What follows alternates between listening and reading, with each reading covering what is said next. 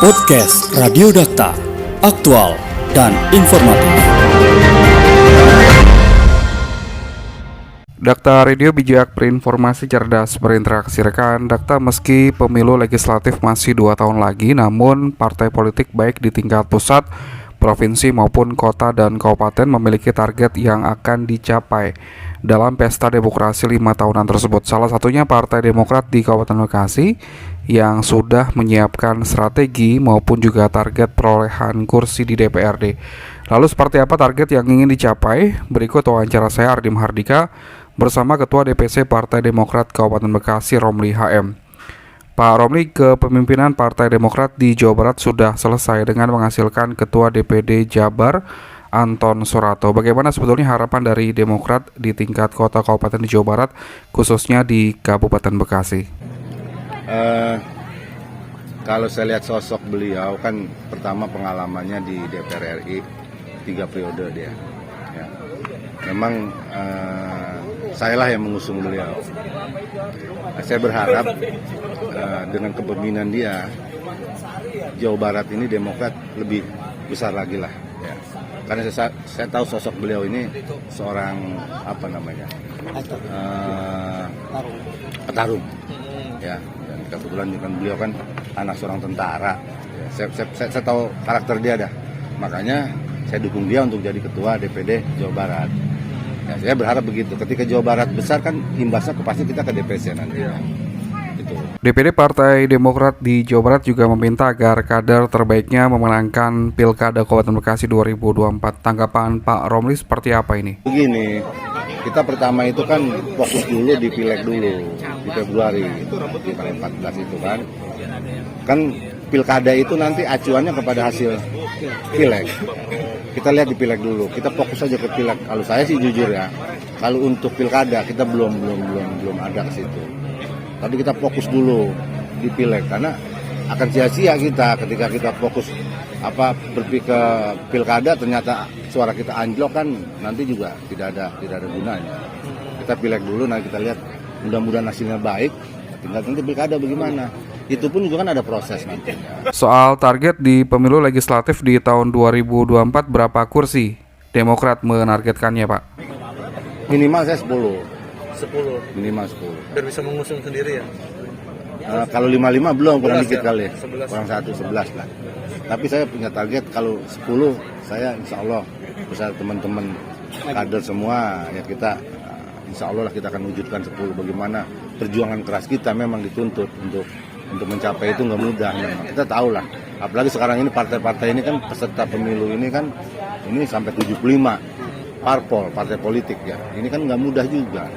Jadi memang harus bekerja keras kita. Tapi yang namanya kita di partai itu minimal kita punya target. Insya Allah target itu akan jadi pedoman buat kita untuk kerja lebih keras lagi. Ini kan juga terus memaksimalkan penambahan kader baru di Partai Demokrat. Bagaimana sejauh ini dari Partai Demokrat Kabupaten Bekasi untuk memaksimalkan penambahan kader-kader baru?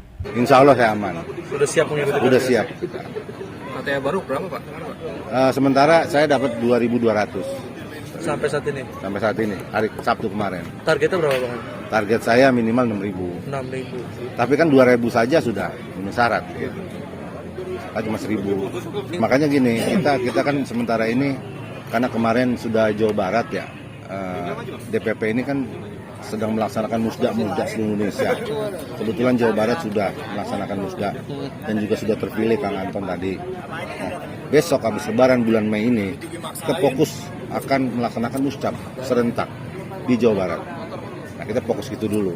Nah, setelah itu baru kita menyusun ke pengurusan, baru kita melangkah bagaimana untuk mengrekrut caleg-caleg yang akan kita dorong maju melalui Demokrat. Kedepan juga akan dilaksanakan musyawarah cabang ya di tingkat Kabupaten Bekasi. Banyak kader yang meminta Pak Romli untuk kembali memimpin. Untuk mekanismenya seperti apa muscap yang nantinya akan dilaksanakan?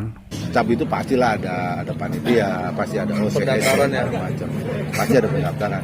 Kalau itu kan begini, kan tadi saya bilang dari awal, musda ini tidak memutuskan ketua, bukan memilih ketua. Di Demokrat begitu sekarang aturannya. Jadi musda itu hanya mengantarkan calon. Muskap. Mustab ini, sama musda juga begitu. Muscab ini sama, hanya mengantarkan calon, minimal didukung oleh 20% jumlah suara sah. Nah, itu didorong diajukan ke DPP. Nah, kalau untuk Muscab itu ada tim 5 nantinya yang memutuskan. Itu pun melalui fit and proper test dulu nantinya calon itu. Pasti itu persyaratan kan, harus ada fit and proper test. Nah, makanya begini, kalau mungkin teman-teman dengar di Jawa Timur bagaimana keadaan Demokrat sampai ada Bayu mengundurkan diri gitu kan. Karena dia masa didukung 25 hak suara, sedangkan Emil Dardak kan cuma 13. Itu Emil Dardak itu hanya memenuhi persyaratan 20%. Nah, kan itu hasil fit and proper test itu yang memutuskan. Kalau tingkat DPD itu tim 3 namanya, ketua, sekjen sama BPOKK. Nah, kalau untuk Muscab nanti untuk DPC kabupaten kota itu 5 timnya, ketua umum, ya, sekjen, BPOKK, ketua DPD, sekretaris DPD. Itu yang memutuskan nanti. Pak Rolni, terima kasih sudah berbincang dengan Radio Dakta. Dan rekan Dakta, itu tadi perbincangan saya Ardi Mahardika dengan Ketua DPC Partai Demokrat Romli HM soal bagaimana target dan agenda Partai Demokrat dalam menghadapi pemilu 2024. Podcast Radio Dakta, aktual dan informatif.